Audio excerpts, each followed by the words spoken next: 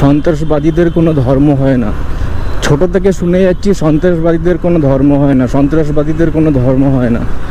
কিন্তু এই একটা নির্দিষ্ট ধর্ম থেকে এই সন্ত্রাসবাদীগুলো উঠে আসছে, আমাদের সবার সামনে পড়ে যাচ্ছে, সবার চোখের সামনে চলে আসছে। ভাবছিলাম কিছু বলবো না এই নিয়ে, কিন্তু কিছু না বললে নয়।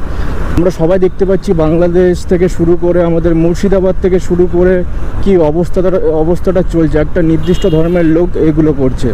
আজ কাশ্মীরে কি অবস্থা, কাশ্মীরে পর্যটকদের উপরেও আজ হামলা হলো, 26-27 জন সেখানে মারা গেলেন। কাশ্মীরের মতো জায়গায় সেখানে কি হলো, ধর্ম দেখে দেখে মারা হলো, সেখানে ধর্ম জেনে মারা হলো, ধর্ম দেখে দেখে সেখানে গুলি করে মারা হলো। টোটাল 40 রাউন্ড তারা ফায়ার করেছে 10 মিনিট ধরে, সেখানে 26 থেকে 27 জন মারা গেছে। আসলে আমাদের হিন্দুদের মধ্যে নিজেদের কোনো একতা নেই, হিন্দুদের কোনো একতা নেই। যেখানে ঝামেলা হচ্ছে আমরা নিজেদের উপরে কোনোদিন না আসলে সেটা আমরা বুঝতে পারি না।